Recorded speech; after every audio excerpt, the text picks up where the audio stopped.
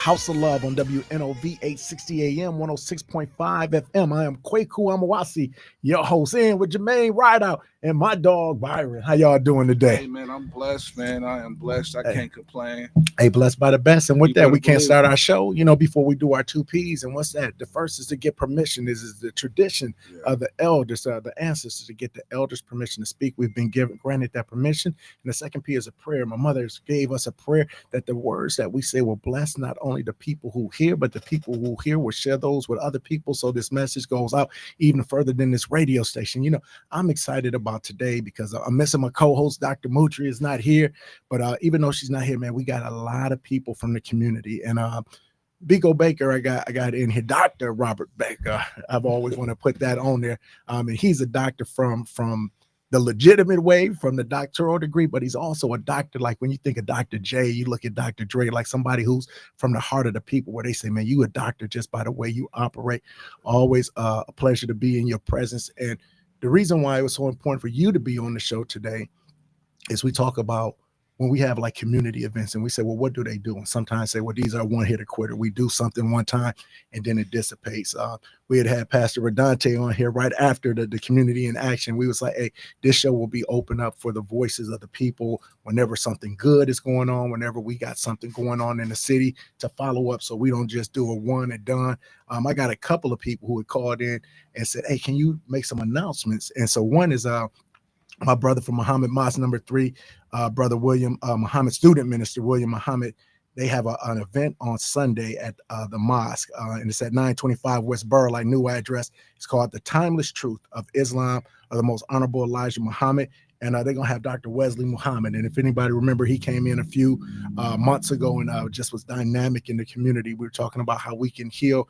And one of the things I say is oftentimes we already have so many great things going on, but people don't know. So I wanted to talk about you as far as your level of activism. Like, we know as far as the things that you do with soccer, we know the things that you do at UWM, we know the things that you did even in the music game going on. But you were a person who dedicated your life to the movement. I remember when Ferguson was going on, and we're coming up on like 11 years, like August 9th was 11 years. And I think about everything you did in that community. What gives you the heart to say, man, I could probably be living a little more plush of a life. I could maybe donate some money and be away, but to say, I want to get in with my hands and still, even though I got the mind of a general, I got the heart of a soldier. So I keep my feet on the ground. Why is that? Ooh, brother, I appreciate that introduction. That's a lot, and it means a lot to me. And I appreciate all that you do behind the scenes as well. And, this is the first time I've been on 860 since the passing of Brother Gerald Jones. Another legend in the community. And I spent a lot of time with Mr. Jones over the last year or so. And, I've moved with that similar spirit as Mr. Jones, someone who's behind the scenes, but has a deep love for Black people in the community and poor people. And for me, I've been blessed to go places, but I don't feel right unless I'm doing something here. Maybe there'll come a time where that feeling will expire. You know what I mean? But right now, I just believe that if I could do something, I want to do it in my hometown, and I really believe in the future. And for me to be trying to make paper or chasing money or all that stuff, it just has never felt right to me. And so I love seeing when the light bulb goes off in young people's minds, or when their heart opens up, or people like the young woman next to me, put the guns down and pick life up. And so that's what feeds me. But you can always donate to me on my soccer teams too. I'll take it. Hey, no, and that's a real thing that we talk about, because that's part of the proactive and the preventative. When we talk about like how can we reduce crime, I said part of it is to be preventative, give people love in the beginning where they see who they are and put them on that righteous path. But like thinking of that, one of the reasons why you all have helped to kind of create that event was because of the untimely passing of OG Tweezy. And it was something within everybody to say, hey, we need to get together and do something different.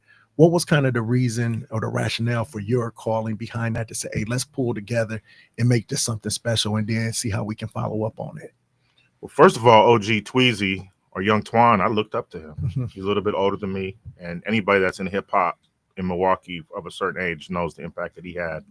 He was one of the first off the porch. And so, and anytime I had an event, he showed up. I'm talking about like for years. Even though he wasn't invited, he'd show up. And so I really have always appreciated him. And I've known Pastor Ashford, Brother Do It to Death, for a long time. You know what I mean? And so he called me, and I could hear the pain in his heart, and that was his man. And so I can organize and get people in the room. So I just did my part. And you did that. And what I loved about that organization was that it was intentional, because we had people who were on the ministry. We had people who were in politics. We had people who were young. We had people who were media, social influencers and whatnot like that. How do you have that reach? What is it that you've done where you say, I've been in all of these circles where I can pull these people together that might not normally come into the room together? Well, I think a lot of that was Pastor Ashford and OG Tweezy. You know, if I'd have asked a month earlier, maybe they wouldn't have showed up. So I just think timing is important.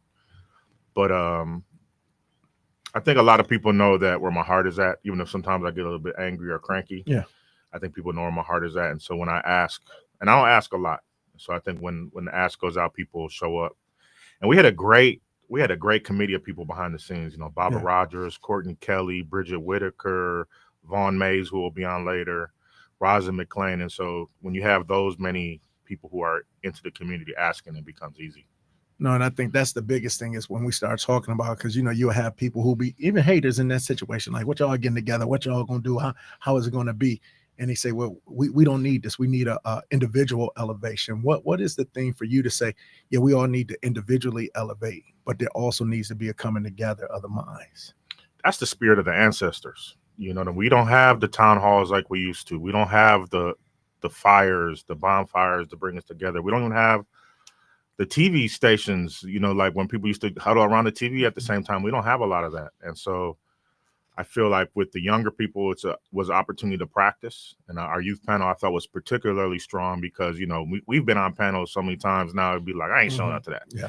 But the young people, was like a lot of their first times. And so you could see the sparks flying in that panel particularly. And so I know a lot of people don't believe, but I'm going to tell you what, there's been a lot of action and activity since that meeting. You know, for example, I'm not supposed to say this publicly, but me and Reggie Moore had a sit down private one-on-one mediation, you know, and a lot of times, you know, people might see us as rivals or competitors, but we both love each other. And because of that meeting, we had a sit down with Minister William, and it was a good talk. And I got to see the struggle he has in his path as a leader in the cause. And so it made me think about his position a little bit more differently. And so we have a lot more of that stuff coming, you know. We have people coming in town that are going to help us elevate and amplify. And so it wasn't a one-off. We're just doing it the right way. I see we got a caller coming up on the line. So we're going to get to you in 1 second, caller. But I think what you just said is so big. And I think sometimes we have egos. And if those egos can't get together and those as leaders, what chance do we have as a community? So to be able to be humbled enough to be able to say, hey, we're going to come together and we're going to squash whatever we got and make it right. We got the caller on. Hey, caller, you're on Nyumba Upendo. You got a comment or a question? Hey, Dr. Blacksmith, this is Aziz in Venetia. Look, that's another good one. How y'all doing? What up, Aziz? What's going on? Who you in the studio with? Oh, we got, man, well, you know, we got Jermaine and Byron. We got LANISHA Martin, and we got BIKO Baker. That's who in now. But we got some more people coming in. Brittany Muhammad is here, and then Vaughn Mays is coming. So we just got some people from the city who just trying to spread love and uplift. You know, this is Nyumba Upendo, the house of love. And all we try to do is to be able to bring love, positivity, and then action items for us to go out and be our best for our community. Now, I know, and I want to say this to you specifically, Aziz. I know you've been running hard this thing. You, Amani, and Ms. Raven with Empower, y'all been doing the thing. And BIKO had talked about earlier, Mr. Jones, and I know that was a person who was special to you too. And I know sometimes we just did a show on grieving last week. How do we grieve? And sometimes we work. So I just want you to know, man, how much we love you, how much we praying for you, and we appreciate what you do for our community. Hey, I appreciate it. I was going. You took me there. I was going to joke around and say that y'all got the FOI outside of the studio. You got all the hitters. You got all the hitters in one building. You got to make sure the building is protected. What's on your mind? Well, you know, I'm here with Venetia Kendrick from Milwaukee County Children, Youth, and Family Services, and I know today you have a lot of the people who are doing work in alignment and adjacent to some of the events that we had going on this week. And so we just wanted the opportunity, one, to give back the love in the space of Nyumba Upendo, and also just give an update, what we got going on this week and share with the people. And like I said, I'm here with Benicia, if you want to say. And Benicia is special to me. We did a lot of work with the office when it was the office of OVP. She did a lot with suicide work. She's in a new position. Now, sir. Queen, what's going on with you? Peace and blessings, brother. How are you doing It's this all beautiful love. morning? It's all love. Yes, sir. Yes, sir. Well, thank you. Thank you for allowing myself and Aziz to take some time on your show this morning. We are so excited for, the work that, first of all, thank you for giving that shout out to Aziz and his team, because they have been a pillar in the community getting this work done around violence prevention work, violence intervention work, and just being a support to the community as a whole. So thank you for allowing us to be on this morning. Oh, no. What's going on? I know y'all got a lot of stuff going on this weekend. What's going on? So we just wanted to share that Friday we're bringing the chairman, Fred Hampton Jr., up from Chicago, along with another brother who's been doing a lot of intervention and community building work, named Golden Child, up from Chicago. And we're doing a screening of the movie Judas and the Black Messiah at No Studios, which is a Black-owned movie studio. So I just want to shout that out this Friday. And then Saturday, we're doing a summit called Grinding to Glory, collaborating with the brother BIKO Baker and UWM as an institution. So that's going to be at Lubar School of Business. And it's literally a half day focused on young men and boys from the age of 13 up to 21, just providing them resources, speaking life to them, and, community building right before they go back to school. Oh, that's important. Say that time and that address again. So for the first one, it's Friday, which is June 29th.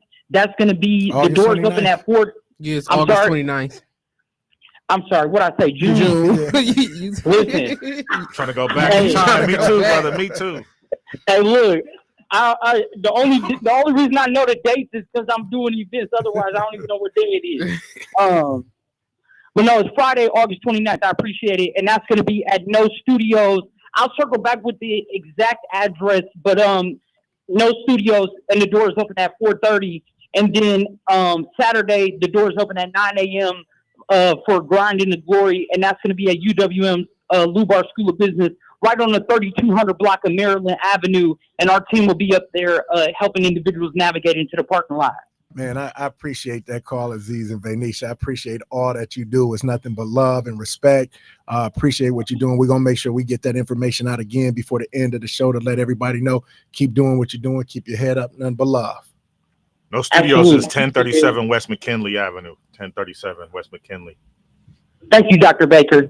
Aziz. All right. Hey, you know what? And see, this is what I love about the community, and we talk about all of that connection and the working and whatnot like that. These are some of the things you talk about. Seeing a movie about Fred Hampton with Fred Hampton Jr. Yeah, they're that. How powerful is that for these young brothers to be able to hear and to see? And that was some of the things that Keith was talking on the show. He's talking about the true Rainbow Coalition that Fred Hampton was able to get together, and that was the real connection of getting all the people. And this is even kind of earlier to your comment where he said, "Hey, we're gonna get these poor white people, we're gonna get these poor Hispanic people, we're gonna get all these people and say, hey, what we got in common, and who's the real people that's keeping us hostages, and how do we get together?" And that's why he had to go. And I think one of the issues, BIKO, is like when we start talking about who are our true leaders today, do we have the leaders of yesterday who are selfless, who are willing to give that ultimate sacrifice? And so when we look upon the heroes who we respect from yesterday, the Fred Hamptons, the Malcolm X, the Medgar Evers, the Martin Luther Kings, the people who were willing literally to give their lives, the reason why we venerate them is because they were able to do that. And so when we talk to the people today and they say they want to be a leader in the community, it's not about having your name in the paper or your face in the paper, but it's like, what will you do behind the scenes, and what are you really willing to give? Because when I look at these people, all of these people left children behind. Come on. And we parents, and so you think about, that's job number one. I got to protect, I got to provide. So when you love the community so much, you say, man, are we willing to do that? And then also understanding the ops of the government when you do want to be a leader, the things that come against you or how they pit against other people. So it's so necessary for us to strategize and to really have a level of unity. right. Man, that's a deep one. And I talk to a lot of young people in their 20s, and they try to understand, how did we get here? You know what I mean? And it's like a lot of us are refugees or like children of war. Come on. You know what I mean? Because they took out a lot of people, and they just didn't kill them. They put crack and dope in our community. I try to explain to my They son. killed them in different ways. Come on, I try to explain to my son the crack epidemic of the 90s. It's hard, like to see a naked person carrying some furniture down the street. You don't see that. Yeah, but we saw it every single day growing up. So that was no. And we got a caller on the line, so we're gonna get to the caller. Caller, you got a question or a comment? Good morning, sir. Good morning. How you Or doing? should I say assalamu alaikum, my brother? Walaikum salam, Queen. All right now. Okay. My name is Annette. How you doing, Sister Annette? What's on your heart this morning? Okay. I've always admired the organization Nation of Islam because they're so wonderful with the community. They've helped my sons in a magnificent way when I couldn't help them. So I want to make a full circle and help y'all. Brother Will has helped my son Adrian so much, and with little gratitude that he gave back. As a mother, I would like to give back. He don't have to, since he's not in the state. So my question to you is, what do you all need as in clothing for the community? I know there are some needs. My church, we have a closet at my church where there's baby clothes, and they're all hung up nice, clean, some new shoes, and it's so, there's so many things. I told him I was going to call you, but a young lady called me and I lost the number. And I understand you all moved on Berlin. Yeah. I really need to get with you all because we have some nice things, or say somebody house caught on fire. No, and I respect that so much. I know we coming up on a commercial break, but what I'm gonna tell you is I want to make a disclaimer. I'm not a part of the Nation of Islam. I'm a friend of the Nation of Islam. I love the Nation of Islam, and whatever I can do to help them, I will always do. But their new building is at 925 West Burleigh Street. I know if you go down by there, the brothers and sisters there will be more than happy to receive you and give you that information. But I am with you, with Student Minister William Muhammad, Captain David Muhammad. All of them do down there have such a love and respect for them, what they do for our community that's known and unknown. You're right. They are a blessing and a gem in disguise. Everybody, you're listening to Nyumba Upendo on WNOV. We'll see you on the other side.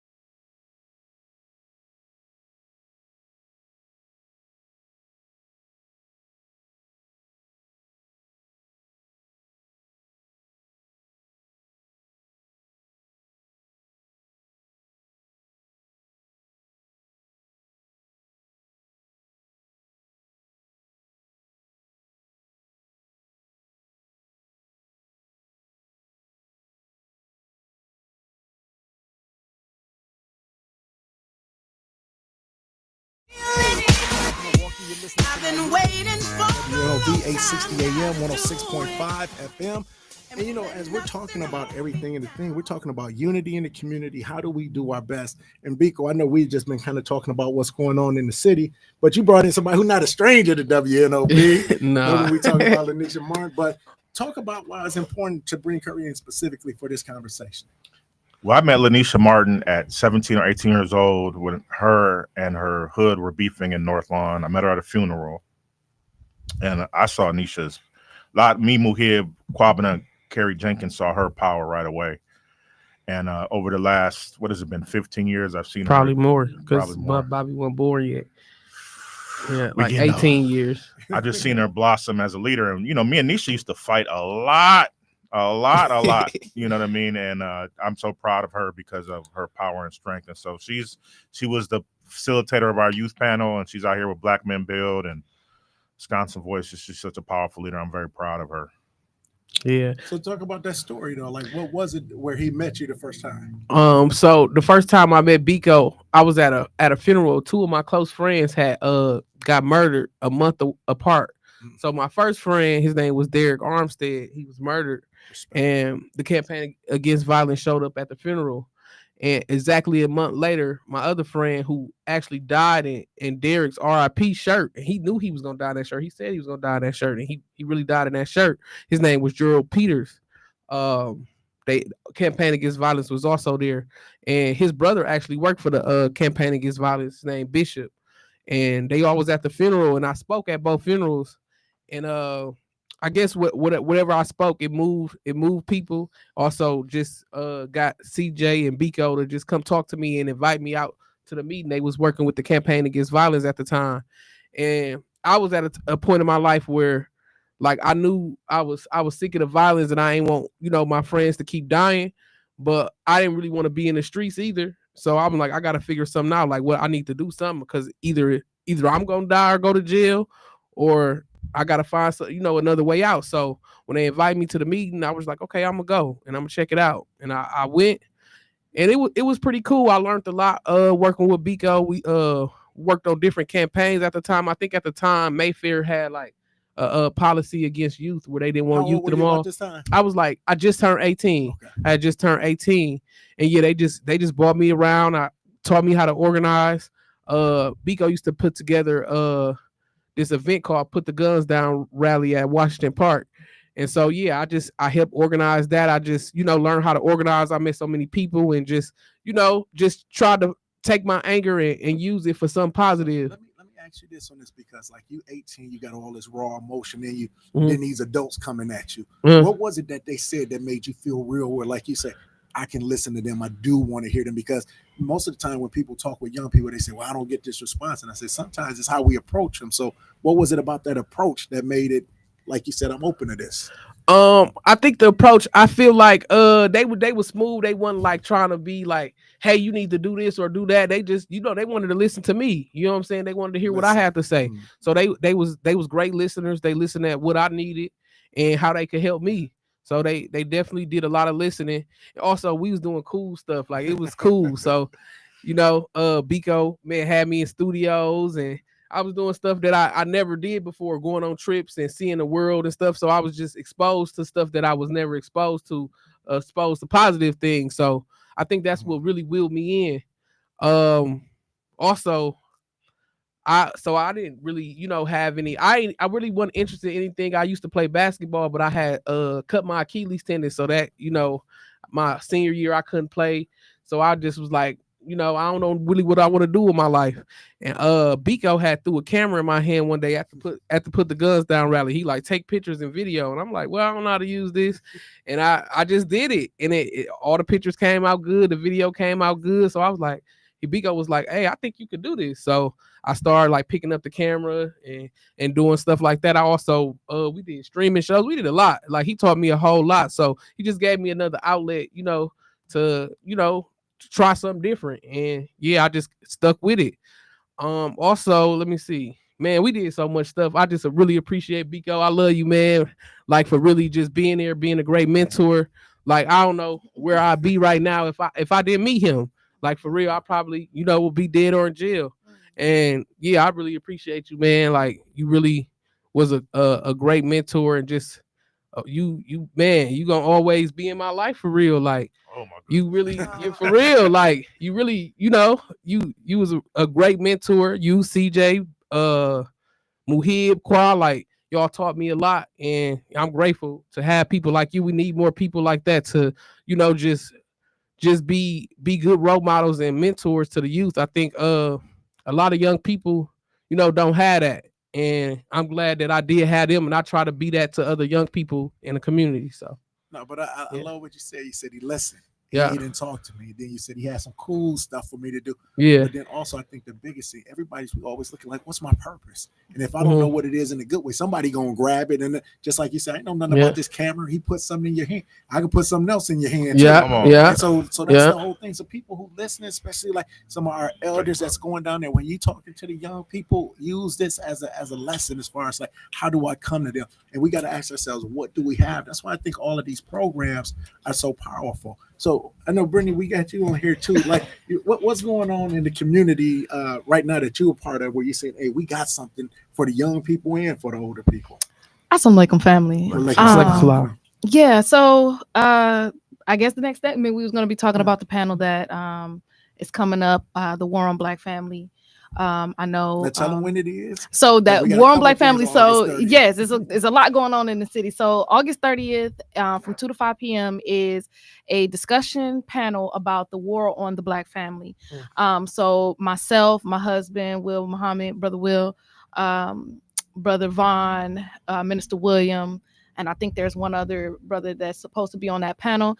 Our good sister ZEYNAB will be the moderator. She's the host. And we'll be, you know, just discussing the intricacies of what our issues are in the Black, you know, community and family at large. A lot of times we don't realize how much family affects the community. Like my good sis said, you know, this is a family dynamic. And if it wasn't for this brother being a brother, somebody else would have put something else in your hand. Yeah. And so, you know, and then you would have been in a place where, you know, it would have been very unfortunate for you. And so we're going to discuss that, you know, and the importance of, you know, defending the Black family. You know, we talk about what the war is on us, but we have a defense, and that's the part that I think we often don't give enough attention and light to. You know, and so one of our defenses is what, you know, the brother has done for you, which is putting something productive in your hand. That's half our problem as a people. You know, our children got a potential and talent, you know, and we are not doing what it takes to mine that out of them. And so we'll be discussing that. And then I know Sunday is the, you know, event with Dr. Wesley. He's a powerful brother. That's not something y'all want to miss. Come on. Yes, sir. Yeah. Dr. Wesley Muhammad, he was on the show not too long ago, and he just the depths of knowledge that he has. But I just want everybody listening to what we got going on these next couple of days. When we talk about Friday with the screening of Judas and the Black Messiah, then the grind and the glory. But then so we got something for the youth, but then we got something for the family. So when we talk about it ain't nothing to do, I don't know where to go or what's the problem, we have some things that right out telling me we got a caller wrong. That's okay. Yeah. Come on in, caller. So yeah, well, it is Black August. You know, we're still in Black August, and in good faith, my brother Tefpo, aka Kareem Jackson from St. Louis, Missouri. He's a rapper. He's an activist. He's one of the frontliners in Ferguson, but he's still out there fighting against the trauma that was created by the tornado. He's such a powerful brother, and so I asked him to jump on because he's also been one of Nisha's mentors, and he loves Milwaukee. So I asked him to come on. Yes, sir. Oh, it's a pleasure to have you, King. Peace. What's up, y'all? What it do, Tev? Man, what's up? You know, I'm a Milwaukee person at heart. You know what I'm saying? Oh, yeah, you did used to stay here for a little bit. Yep. I was supposed to be one of y'all, dog. I was supposed to be a Milwaukee Buck, man. I was out there in 5th grade, man. So with that being stated, so what brings your heart to the people? Because we was talking with BIKO obviously before, as far as those who kind of take on that leadership, mentorship role, where you say, man, I could just be about me. What was it about everything that's going on in our community where you say it's got to be more about me? It's got to be about the we, especially these young people that I see out here. I mean, life is a process, man. You don't know what you don't know a lot of times. So a lot of times people that are leaders kind of have these inflated, self-righteous answers about what it means to be a leadership. You know, oh, when I stumbled into the movement, they start Martin Luther King and stuff. But honestly, the conditions did it for me, man. I'm from where I'm from. I can't do nothing about that. I was under attack, the boot of a vicious regime in the 90s as a shorty. I saw gangbanging coming in. I saw the war on drugs. I had uncles who were directly affected by mass incarceration, locked up. You ask, where's Uncle Jay? They say, man, he on a vacation. We ain't never went on no vacation in my life, but for some reason, all my uncles seem to be gone for 7 years straight, 8 years straight, 15 long. So that's a heck of a vacation. But that's just how I grew up. I grew up authentically being attacked by the boot of American colonialism. So it's not really like I had much of a choice if I wanted to live. So, you know, it was do or die. So I found my way through the maze by learning, growing, and understanding what was really happening to me. You know, everything got a cause and effect. You're just not in the ghetto because you in the ghetto, somebody put you there. You're just not broke because you broke, somebody made you broke. You're just not uneducated because you don't want to learn. It's a flaw within the pipeline that's making sure that you do learn. So me understanding that I wasn't the necessarily the victim, but I was plagued by what was happening in real time, and it had to be a reason why it was happening. And I think that's initially what brought me to the space of politicization. And from there, just working with people, just being a humble enough person to understand that I'm going to make mistakes. You know, life is a process of growth. You know what I'm saying? People watch these biopics. They see Tupac. They see Nipsey Hussle. They see Nina Simone. They see Elvis Presley. They see Michael Jordan. They think life really worked like that. Man, them are Hunger Game tributes, my brother. We real people. So now when you talk about like all of the things you did, and then you talk about your uncles who went on a vacation, that means like you kind of hit that crossword where you could have went where your uncles went, or you could have went the path that you did. Who were the people that was there to help you go on the kind of the path that you on now, and as far as to kind of teach you the game and everything that you have? I mean, my mother always kept it very solid with us. You know what I'm saying? Black mothers are a intricate piece to the whole puzzle. You know what I'm saying? Without that, we doomed from the start. So, you know, my mother was always a person that was just putting me up on game. She had an entrepreneurial spirit herself. And at the same time, you know, me understanding that this is the person I'm closest to in the world, but she is a woman. So she got her own plight that's different than my personal plight. You know what I'm saying? And I don't got no kids. So I have to humanize everybody. You know what I'm saying? I can't pick and choose who I'm humanizing because I don't got no shorties on the planet. So any person I meet, I'm learning something from. And that's what it means to even consider yourself a real leader, a real man of standards, a real just person placed we on planet Earth for a reason. And sometimes people associate the reasoning behind life to be capitalistic conquest when money don't even grow out the ground. So that's not a natural thing that you can be on as a biological species. The thing that you're supposed to be on is learning and growing. So anybody I meet, I'm learning and growing from. I love it. Hey, I want you to hold on. We got a caller who's on the line, but I want you to hold on in case a phone call is for you or just to be able to elaborate on this call. Caller, you on Nyumba Upendo. Question or comment? Hello, hi. This is Nadia Johnson. Hey, how you doing? Hi. I have really been enjoying the conversation and had a question for just everybody, but specifically directed to Dr. BIKO. What's up? What's up, neighbor? Hey. First, just thank you so much for what you've been doing in community. You know, I do a lot of work in building up Milwaukee's tech ecosystem. And one thing that I've been trying to solve for a while is how to support community leaders who are actively working to solve violence issues here in our city. And so I would be curious to understand, you know, what resources, technology resources would be useful, and like what ways in which we can actually collaborate to support each other. I have a laptop drive about a week or so from now. We have AI academies, and I feel like there needs to be more bridges to support the work that you're doing. So I'd love for you guys to share.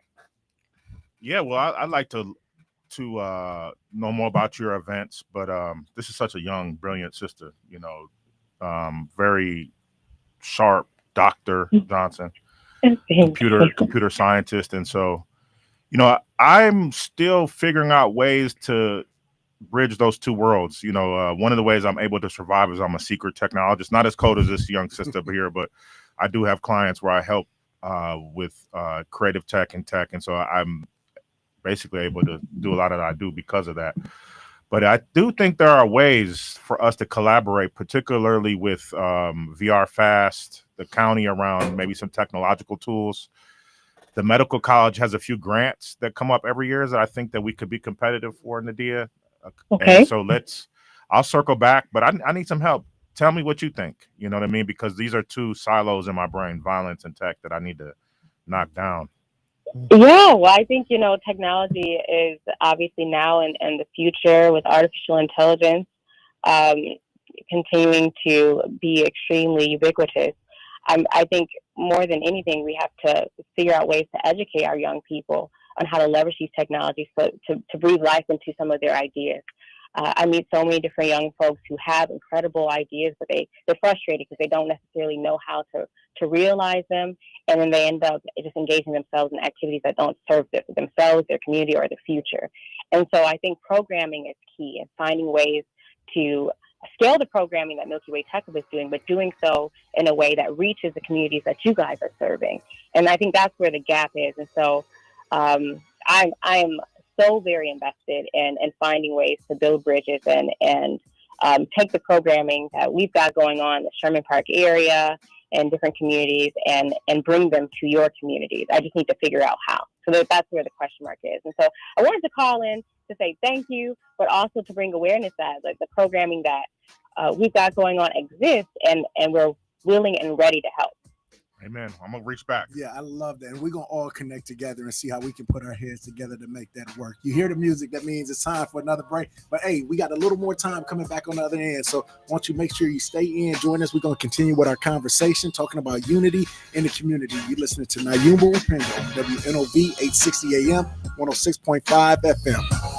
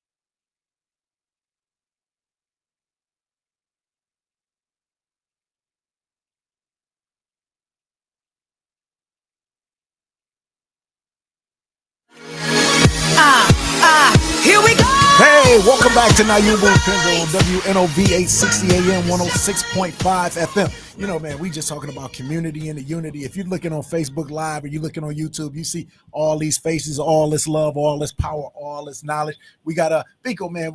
I appreciate you bringing everybody in, but I know we got your man on the line. We want to make sure we give him a time to kind of close out his words and speech. Appreciate his call. Why don't you bring him back in? Yes, sir. I know that we got more guests in the house, but I just want to really shout out Tef.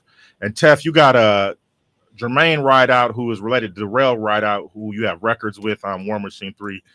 And so Tef is he's an activist. And if you look at any of the documentaries about Ferguson, he's also, you know, a person on the front line. But I just really appreciate you chiming in, Tef. Hey, Tef, why don't you give people some final gems before you head out on this? Give us a gem just to drop on the people on what we can do. You know, the first thing the elders don't always tell us, we got to organize. Come on. And I think we got to hold a deep respect for the fact that organizing is necessary in this day and time. What we're up against, the other side is very organized. We got a lot of talent, but it doesn't matter if it's just discombobulated and scattered all over the place. You've never seen a team just go out there and free ball their way to a gold medal or an NBA championship. So the coordination is needed. And I think that's what they fear the most, is that those of us that are intelligent, fearless, resilient, and also innovative, we have an undying desire to figure out this equation.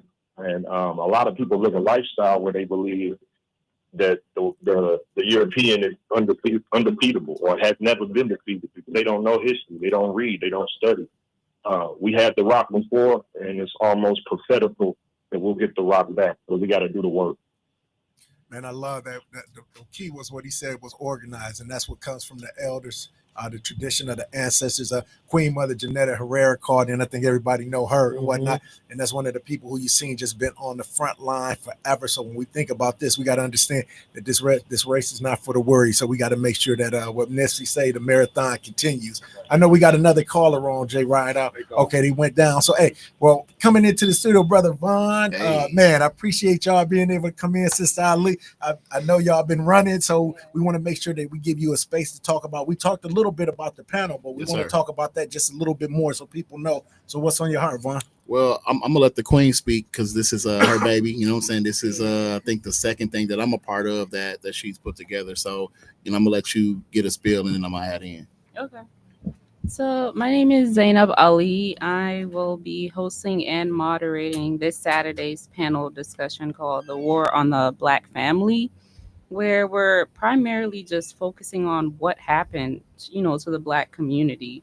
I mean, as like, you know, it's very obvious that like since personally me, like I haven't seen Black people like united as a whole since like the civil rights era. And so the idea of this panel discussion really just started from like what happened, you know, since then. Like what is going on in the community with, you know, the disparaging things going on social media about us and by us. And the reason why it's called The War on the Black Family is because like if our men are not like doing what they're supposed to be doing as protectors and providers, and they're not leading our family when they're like torn apart or the system like takes them out, there is no structure, there is no family. So that's why it's called The War on the Black Family. The men are the foundation of a family. And so we want to focus on the negative stereotypes that are, you know, portrayed towards our men, and discuss the implications, and also, you know, discussing the solutions, how we can fix some of the issues. And so we're going to touch on Black fatherhood, mental health, what's going on with our men mentally. As you guys know, you know, the people, I don't know if it's just men in general, but I do know like in our community, it's like a taboo for like men to cry and express their feelings. And so we're going to talk about that, and, you know, just why that's unhealthy, and, you know, just kind of humanizing Black men as well. And also we're going to talk about the entertainment industry and just the negative portrayals of our men in social media and the mainstream media. But yeah, so it's not like a panel discussion where we just discuss what's wrong with us. We want it to be also solution oriented. So who's welcome to come? Everybody. So it's a intergenerational panel discussion. And also this is a part 2 of a panel that I held back in 2020, literally like a week or two before the pandemic. That VAUN was also one of the speakers at. I had stated that I was going to do another one, but I never said one, thank God. So, divine time. Yeah, so literally divine timing. This was the perfect time to do it because I will say personally, I was not at a good state mentally during that time and even sometime after that. So this is like a comeback time for me personally to come back into the community because I had to work on myself too personally. And so I just been focused on, school and just trying to make sure things in my life is better before I can come back into the community and offer the same help and support that I was doing prior to that. But yeah, this is a part 2 this basically series because that's what I want it to be. I want it to be a series where we just keep coming together as a community and discussing, the things that we should work on in our community. And I love that. Everybody else, just feel free to chime in. Where you fit in, where you get in. So I saw you looking like you wanted to say something. Me? Yeah. No, not me. What can I say? She said it all. And I said a few things before about this panel. When my good sis called me and asked me about, I think you asked me about being on the panel at first, and then my help to her to help pull this together spiraled from there. It bloomed from there really, and so I think it's going to be a really good discussion. An introspective discussion, so we all can get a chance to really look at ourselves as individuals, but also as a community. Because, like I said earlier, the family ain't just who's in the house with you. That's where it starts. But the family is also those you're living next door to. Those that's across the street from you, those that's across the city, literally. And so we all have the same struggles. We're all dealing with the same stuff, and we need to discuss what's happening and what we got to do to fix the problems. No, and I love that, Vaughn. I'm gonna have you chime in because a lot of times when we talk about the families, you can't do that, divorce or talking about the children. I know you just had to sit in with the children, that kind of sleep in. Talk about why it's so important to talk with the youth in their setting, in their time, giving them something positive to do, but then also being able to chime into them how to help create that family environment. It's reaffirming the family that folks don't have. It's recreating that village and letting our young people know that even if a lot of our families are super dysfunctional, and that leads to what we see outside our doors, and so when you take on other people's, and from my hat as an activist and as a CVI worker and a person that's doing violence prevention, taking on other people's issues and getting to see what all the issues are between couples and families, and my perspective is coming from a place where I'm trying to help salvage and save what can be from that, but also to just fill in the gaps in case it can't be salvaged. If we can't count on the parent to be better educated or get to a better place, then we need to fill in those gaps for those young people who are coming up under them to say, your mom and dad may not be able to do the best, better than what they're doing, but we got some folks over here that can help you fill those gaps in. We sitting here with a couple people who have been part of that. Nisha was there at the lock-ins till she tapped out. Yeah, I had to tap out. I was like, man, I can't do it no longer. I was like up, but I was asleep. But you know what kind of dedication it takes to stay up all night with 100 of other people's kids. You know what I'm saying? And that's something I think people look at the program and be like, oh, we don't want to help Vaughn, or we don't want to help fund somebody's thing, but it has a purpose, right? It has a specific purpose. And if we keep talking about what our young people are doing, but we don't want to invest in or support things that nobody else wants to do, and work with that population that people run from, right? These are that's our future. Right. If our young people, we can't count on them to become the next leaders, to become the next successful folks, then what's going to happen to us? You know what I'm saying? Yeah. So that's the lens that I'm bringing to it. It's a lot of taboo conversations about, you know, men get the brunt of what's wrong with everything in society, but we have to address that other side as well, even with our young people and with our women. You know what I'm saying? We have to address. Everybody has to self-assess and say, what am I doing wrong, or what can I do better to be better? So that's the totality, and I'm looking forward to this conversation and many others from you, Queen. You know, I'm glad you back in it, and as you know, as I can support and be a part of it, that's what I'm gonna do. So listen, I got something real quick for everybody. We got a couple minutes before Al Sharpton bum rush. I wanted 30 seconds for you to give us a gem, and we're gonna start with the Queens. There's just 30 seconds of something to give to the people, uplift and hope.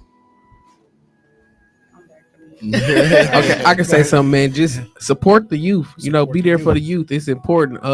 When I was young, I had somebody who supported me and, you know, mentored me, and look where I'm at today. So it's important to support the youth. Yeah. Knowledge of God and knowledge of self. Because if you can't get God right, you ain't getting nothing else right. Come on. Starts with knowledge of self. Yes. God. Sister Ali. Actually, right before we came in, me and VAUN were just talking about having each other like check each other, basically hold each other accountable. So if you see something that's not right in the street, like, you got to say something, you know. So just the accountability as a community. Yeah, that's it. But Vaughn, hey, I'll just say, do what you can when you can. A lot of people are like, well, I don't do this or I don't do that, but whatever you can do that. That's that knowledge of self. You know, and get in it. Just don't do nothing, because you know, I hate when people wait till it involves them or affects them before they get involved. I tell people, you really just waiting your turn, honestly. So get involved some way, somehow now. Brother Baker. To build off what Vaughn is saying, there's a place for everybody in the movement. Not every place is for everybody in the movement. If you're not a CVI worker, you don't got to do CVI work. You're not a creative, you don't got to be a creative. If you're not a bureaucrat, you don't got to be a bureaucrat. And listen, you know, that's why this show is called Nyumba Upendo. It's the house of love. All we want to do is be able to bring you love, be able to bring you information. And I think that's what we did. I want to thank everybody who took the time to come on out. I always end the shows with the words that my maternal grandmother taught me. She said, the best way to heal yourself is to help others. And I think that's an example of all of you. So I personally thank all of you for what you're doing. Milwaukee, I want you to listen to all of the events that we did. We got them on the site. We're going to have them on the social media. So listen, pay attention, come out and support. Can I just state the location and time? Yes. So the panel will be at Muhammad Mosque number 3. Location is 925 West Burleigh Street, and it will start at 2 p.m. this Saturday. I want to also throw in real quick. Get there early, family. Okay, let's not be on color people time. Get there early. Something is coming in on time, so we gotta go, Milwaukee. We love you. We see you next week. Peace. Peace.